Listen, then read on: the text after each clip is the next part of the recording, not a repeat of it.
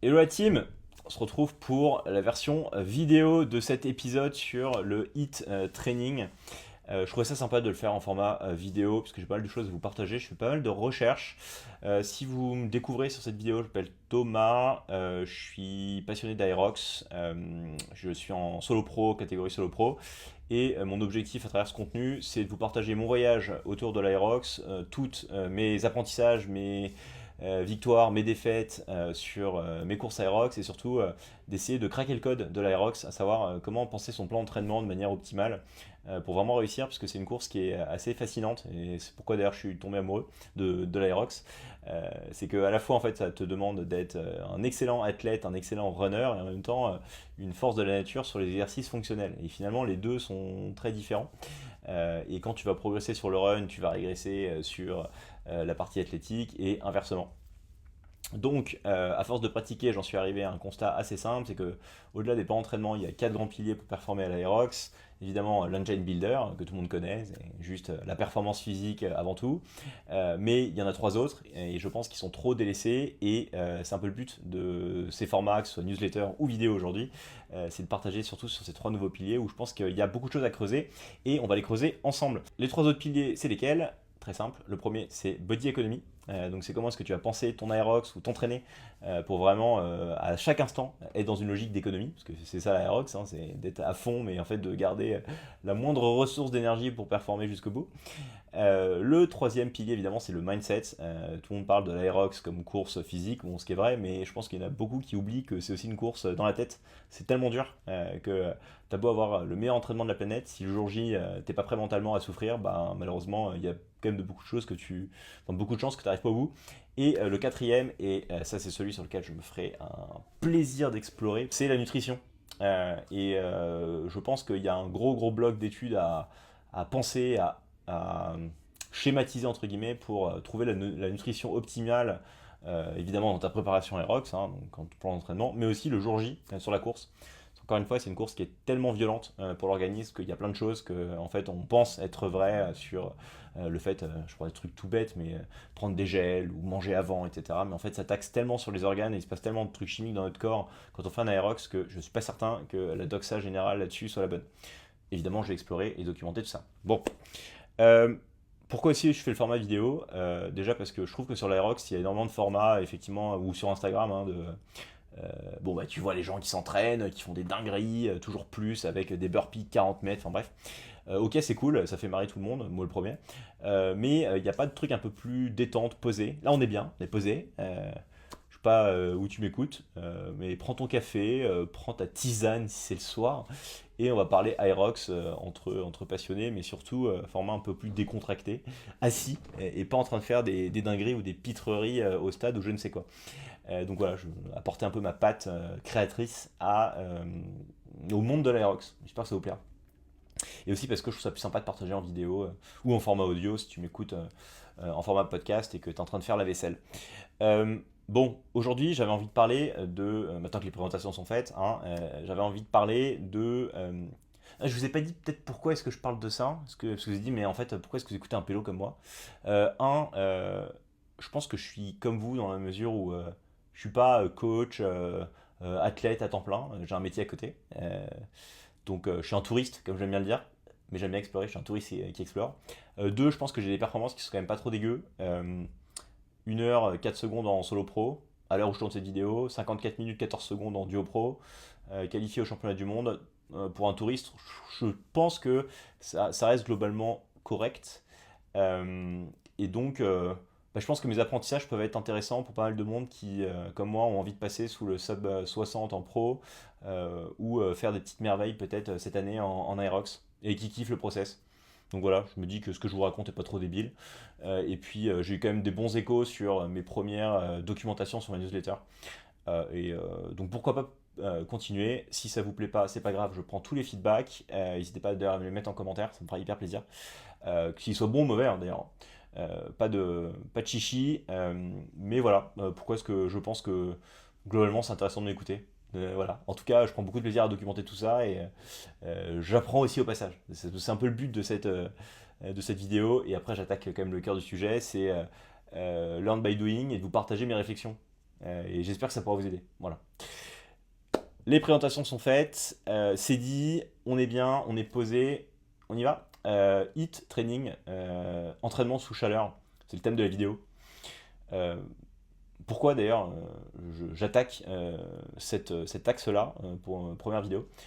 Déjà, on sort d'une semaine de canicule à Paris de dingo, mais c'était pas une raison pour Fleck, il n'est pas mental. On s'est quand même entraîné avec les amis comme des fous, notamment avec Farid du Breakfast Club pour les Parisiens qui nous suivent. J'ai mis le t-shirt d'ailleurs Breakfast Club, petit clin d'œil.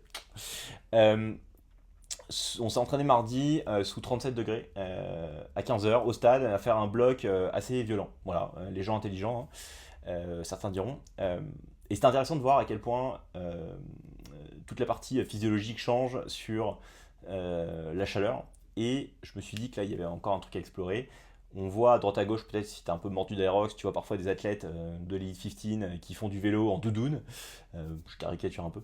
Mais en fait, il faut comprendre à quel point ils ont raison de faire ça. Et en fait, au-delà de ça, et dans cette approche holistique, c'est de comprendre pourquoi est-ce que en fait, l'entraînement sous chaleur est important, de comprendre ce qui se passe biologiquement dans ton corps pour que tu puisses te préparer à ça et surtout anticiper ce qui va t'arriver le jour J à l'aérox parce que la chaleur corporelle de ton corps va juste spike et exploser quand tu vas faire un aérox.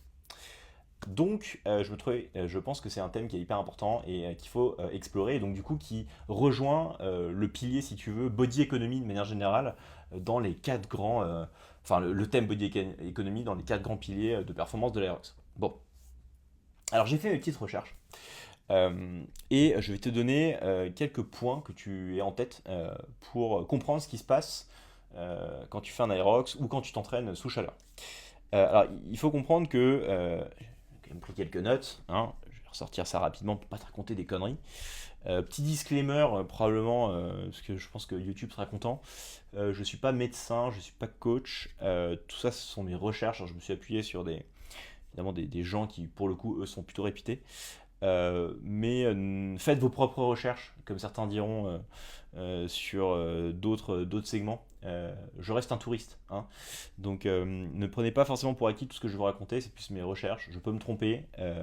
Venez pas après me tuer dans les commentaires en mode ce mec raconte que des conneries. Oui, je vais peut-être dire des bêtises, même si je vais éviter. Mais voilà, faites aussi vos propres recherches, comme je peux faire les miennes. Alors, sur nos histoires de HIIT training. Alors c'est fascinant ce qui se passe. Bon, il faut savoir que la température corporelle globalement est toujours autour de 36,8-37 degrés. Et que il se passe des trucs assez violents en fait dans ton corps quand tu commences à atteindre les 38,5. Un peu comme quand tu as de la fièvre et que tu es malade. Alors, en fait, à partir de 38,5, c'est assez intéressant, ton cerveau va commencer à tirer la sonnette d'alarme en mode waouh, il se passe un truc là, il se passe un truc, on n'est pas bien, qu'est-ce que c'est que cette histoire? Parce qu'il surveille en permanence ta température corporelle. Et donc, à partir de 38,5, globalement, tu vas avoir les mécanismes de refroidissement de ton corps qui s'activent, et c'est là où le voyage commence à être un peu moins sympa. Euh, alors, en fait, pour se refroidir, je pense que t'as même pas besoin de savoir ça. Qu'est-ce que t'as remarqué quand t'as commencé à avoir chaud? Tu te mets à transpirer. Donc, tu te mets à transpirer, génial. Mais donc, il faut comprendre que la sueur, c'est pas que de l'eau, hein. La sueur, c'est de l'eau. Non, c'est pas que de l'eau, justement. Parce qu'en fait, la sueur, elle est prélevée du plasma sanguin. Donc, c'est l'eau qui est dans ton sang, globalement. Ton sang est, je dis pas de bêtises, composé à quasiment 90% de flotte. Mais ça veut dire pas mal de choses.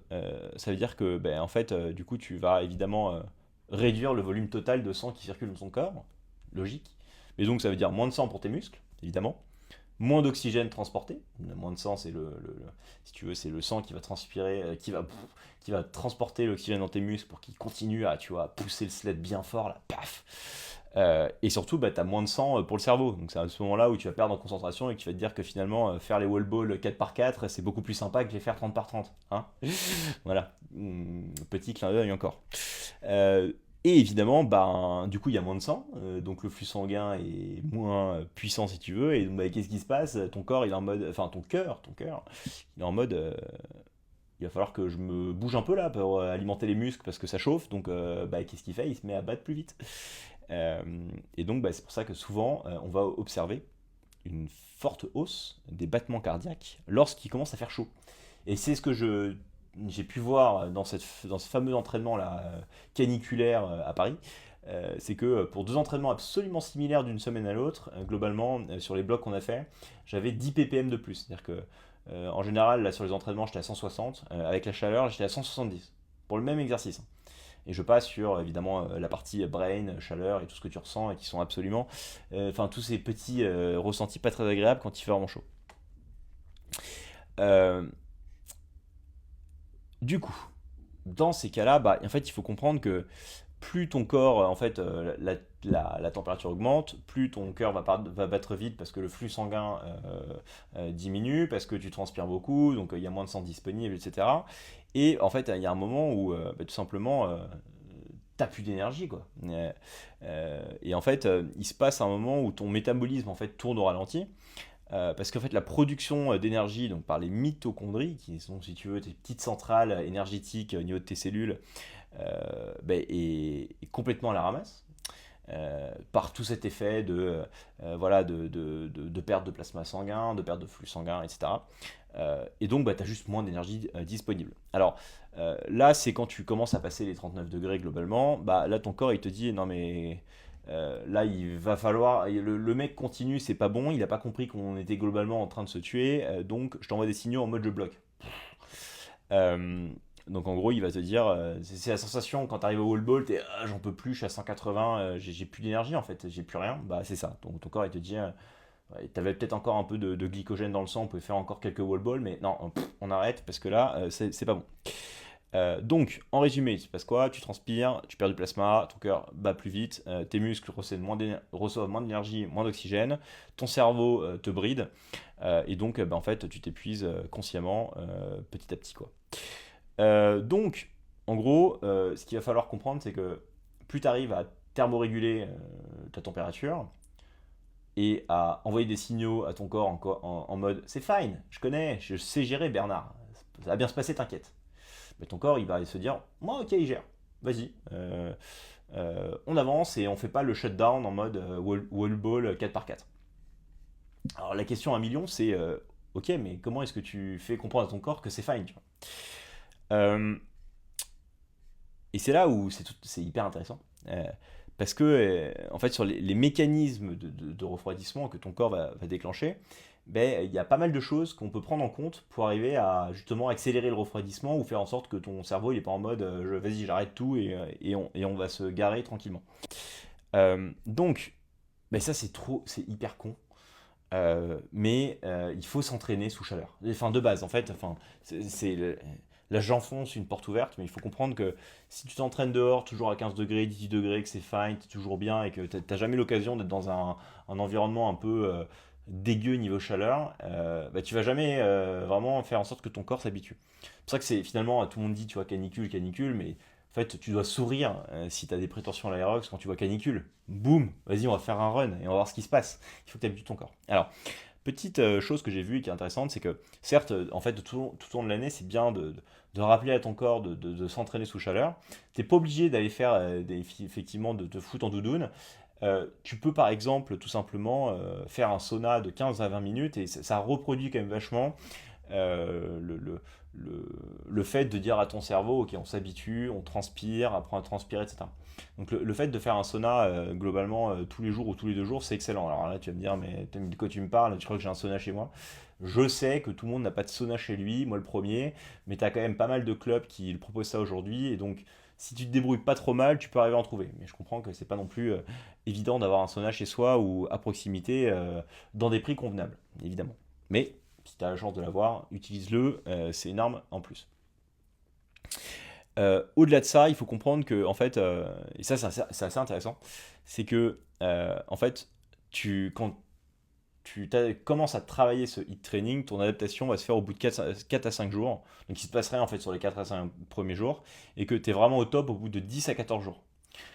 Donc tu vois, dans un plan d'entraînement Aerox, idéalement, ça serait que un mois avant ton Aerox, tu intègres ça vraiment, vraiment de manière sérieuse. Donc pour le coup, si c'est le moment d'aller claquer le PEL, enfin le PEA sur un sauna, c'est à ce moment-là, tu vois. Pendant 30 jours, tu te prends une carte, je ne sais pas combien de sessions, et tu essaies de faire 14 jours d'affilée de sauna.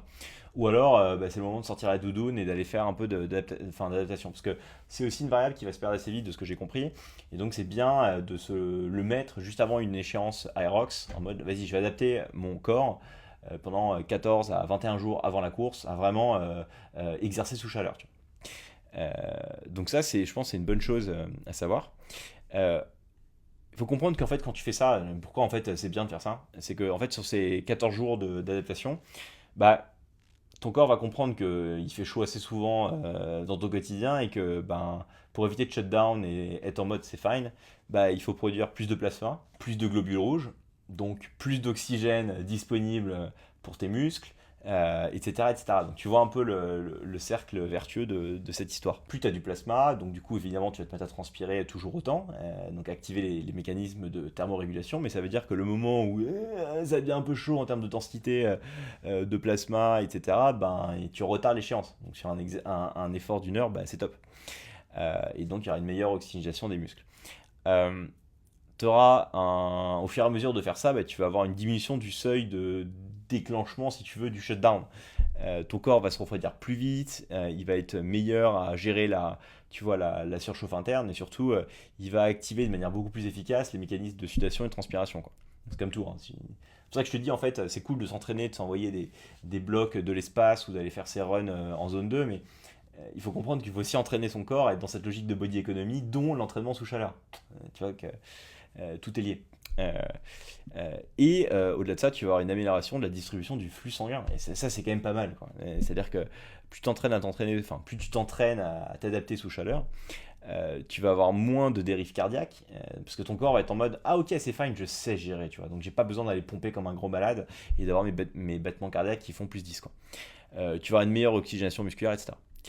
Et finalement, on fait un petit lien avec la partie mindset, c'est que tu vas avoir une réduction de la perception de l'effort. Parce que si t'es fine alors qu'il fait super chaud, ben, ton ressenti à l'effort va être en mode ouais, c'est fine, j'ai l'habitude, je connais, tu vois. Et donc, ben, tous les mécanismes de shutdown ou de faire le lâche en mode c'est trop dur, j'arrête, bah, tu retardes tout ça, tu vois. Donc, voilà, pense-y, intègre ça, peut-être voilà, enfin régulièrement dans ton année de préparation et de manière beaucoup plus structurée, voilà, entre 14 à 21 jours avant ta deadline ou ton ultime Aerox, quoi.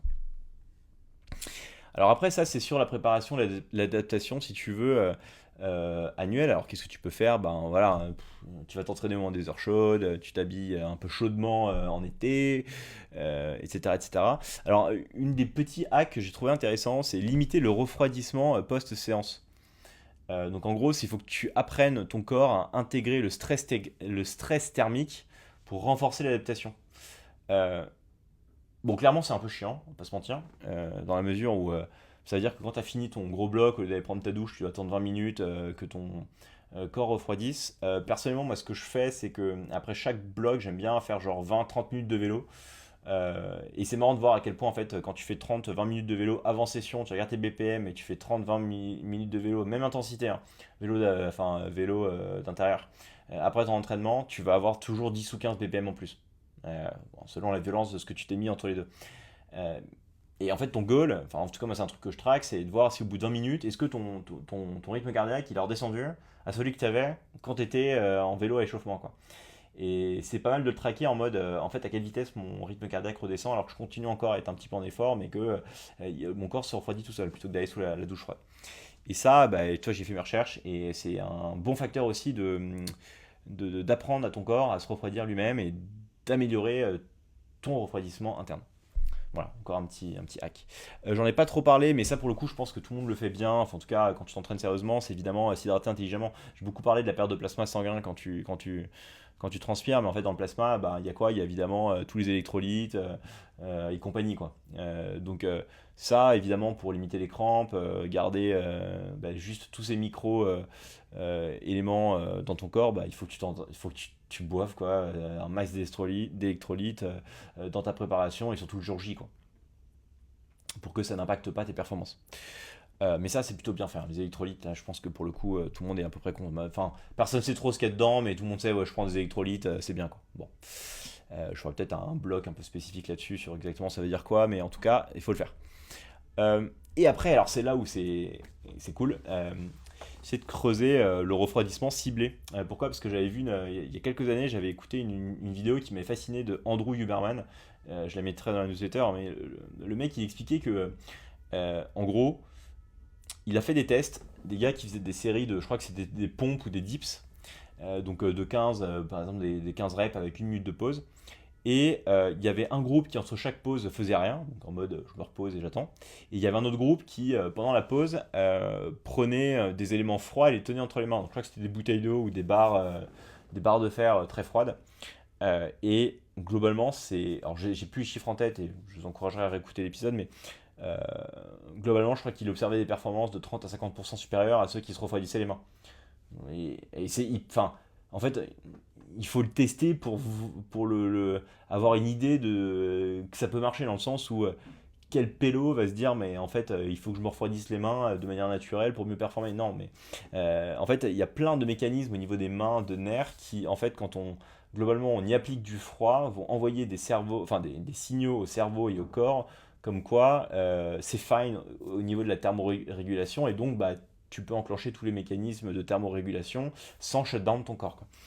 Et en tout cas, ça améliore aussi la thermorégulation.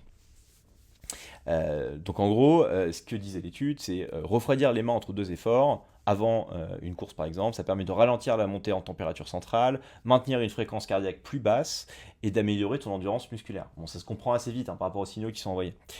Euh, et donc bah, là la question c'est de se dire mais attends mais ok pourquoi les mains si je me mets juste un bac de glace sur le torse est-ce qu'il se passe quelque chose.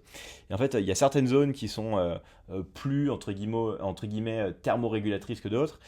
C'est les mains, la tête et la nuque. Voilà, c'est globalement ta nuque, ton front et tes mains. Ça va être les trois zones qui vont te permettre d'avoir ces petits hacks le jour J pour avoir une meilleure thermorégulation. Euh, mais ça, entre guillemets, personne n'y pense. Euh, je, je fais le lien avec, peut-être que vous le connaissez, c'est Jack Dearden. Si vous regardez bien ce mec-là, c'est un gars de l'Elite 15, il court toujours avec un bandeau qui est un peu chelou. Mais en fait, c'est un bandeau qui évacue plus rapidement la transpiration et qui permet justement d'avoir une meilleure thermorégulation au niveau du front. Mais c'est trop intelligent en fait. Parce que ça veut dire que lui, il a lu ça, il a vu ça, et il se dit, mais en fait, si j'envoie des signaux à mon corps via mon front, comme quoi c'est fine, je vais avoir une meilleure thermorégulation, je vais avoir donc du coup tous les effets positifs de ce refroidissement par la tête. Très fort, Jack Garden.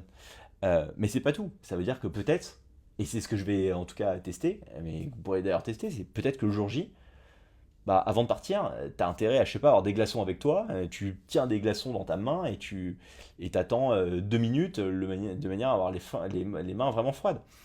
Peut-être qu'à chaque station, au lieu de boire de l'eau, tu as intérêt à t'en mettre plein sur la tête, tu vois. C'est des micro-wads, mais en fait, si tu gagnes 1%, c'est con, hein, mais sur une course où à la fin, ça se compte en secondes, c'est ce qui peut faire la différence, quoi. Pareil, je crois qu'il y a des gants qui permettent de thermoréguler. Alors, ça se trouve, tu peux faire un combo en mode, c'est des gants qui permettent d'avoir un meilleur grip et qui en plus font de la thermorégulation via les mains. Incroyable. Donc voilà, il y a pas mal. Donc ça, c'est plus de la tactique, hein, c'est pas vraiment de la stratégie entre guillemets. C'est comment est-ce que tu peux arriver à gratter encore un peu plus le jour J. Petite anecdote, et donc du coup, en lisant tout ça, en fait, je fais lire avec plein de trucs. À New York, j'ai fait l'Aerox de New York, comme un gros bourrin, comme en habitude.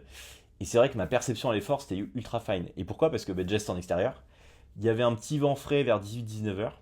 Mais c'était magnifique en fait. C'est évident qu'en fait, le fait d'avoir couru en extérieur, avec le vent, bah, ton corps se rafraîchit, sent mieux. Et donc, du coup, toute la thermorégulation fonctionne beaucoup mieux. Et au niveau des BPM, c'était une dinguerie. Genre, je suis arrivé au wall ball, je devais être à 160, j'étais sur le rameur à 140, alors que d'habitude, je suis toujours à 165, 170. Et quand tu regardes sur Chicago ce que j'ai fait au World, c'était atroce, absolument atroce. J'étais à 175 tout le temps. Enfin bref, et du coup les performances étaient pas les mêmes, quoi. En tout cas le ressenti à l'effort. Autant New York, j'ai l'impression que c'est passé easy, et j'ai à peine souffert. Et d'ailleurs c'est un peu dommage que j'ai pas voulu forcer un peu parce que je pense que j'aurais pu faire moins d'une heure à ce moment-là. Mais bon, on va pas réécrire l'histoire. Chicago, j'étais au bout du bout dès le sled push, quoi. Donc voilà. Voilà pour cette partie thermorégulation. Donc voilà, il y a toute la partie comprendre ce qui se passe d'un point de vue chimique dans ton corps quand tu fais de l'effort et ta température corporelle augmente, donc tous les mécanismes qui se déclenchent. Comment au quotidien faire en sorte que ton corps s'adapte mieux par rapport à ça, parce que c'est très pénalisant pour tes performances. Donc voilà, HIIT training, entraînement sous chaleur, adaptation avec sauna et compagnie. Et il y a aussi voilà, les petites tactiques que tu peux mettre en place le jour J de la course en te refroidissant la main, enfin les mains, la nuque, le front, et qui te permettront peut-être d'avoir de meilleures performances. De mon côté, qu'est-ce que je vais faire? Bonne question. Déjà, je voudrais le matérialiser, voir à quel point ça change. Donc bon, j'ai la chance d'avoir un sauna là où je m'entraîne, donc je vais faire plus de sauna, hein, c'est évident. Bon, ça j'avoue, c'est pas très compliqué. En revanche, comme je vais pas aller courir des aérox tous les jours, je prends un pari. Comme quoi il y a une différence si je fais un sauna avec une casquette trempée ou sans casquette. Pourquoi? Je voudrais voir en fait si je me mouille bien le front avec une casquette gelée et que je fais mon sauna, est-ce que je vois quelques BPM de différence sur un sauna par exemple de 20 minutes assez chaud? Si je vois qu'il y a une différence, qu'est-ce que je vais faire ensuite? Je vais faire mon prochain aerox avec une casquette trempée avant de démarrer. Roncevic, le champion du monde, il court avec une casquette. Est-ce qu'elle est trempée ou pas? Je sais pas. Mais peut-être que si il l'avait mise au frigo avant de partir, ou qu'il la trempe avec de l'eau bien fraîche, en fait le gars il va gagner 30 secondes à la fin quoi. Voilà, je sais pas. Faut tester, je vous dirai. Mais voilà des idées que vous pouvez avoir pour vous aussi progresser. Bon les amis, on arrive au bout de cet épisode. J'espère que ça vous a fait réfléchir, vous avez appris des trucs, que ça vous a fait un peu marrer. L'idée c'est un peu décontracté, tranquille. Si c'est le cas, hein, mettez-le moi en commentaire, mettez voilà, ce que vous avez appris, ce que vous avez trouvé marrant, pas marrant. Donnez-moi des idées aussi peut-être de choses que vous voulez qu'on explore ensemble. Dites-moi aussi si le format vous plaît, comme ça j'en ferai d'autres. En tout cas, ça m'a fait plaisir de partager mes recherches avec vous. Euh, Comme d'hab, hein, partagez, commentez, enfin comme d'hab, partagez, commentez, likez cette vidéo et cette newsletter si ça vous a plu. Partagez aussi à vos amis qui sont en galère de thermorégulation, j'espère que ça pourra les aider. Et quant à moi, je vous dis un très bon entraînement pour vos futurs Aerox, lâchez rien. Et on se retrouve la semaine prochaine pour un nouvel épisode, je ne sais pas encore sur quoi, mais en tout cas, je pense que vous l'avez compris, ça sera autour des 4 piliers. Bon entraînement à tous et à très vite. Ciao!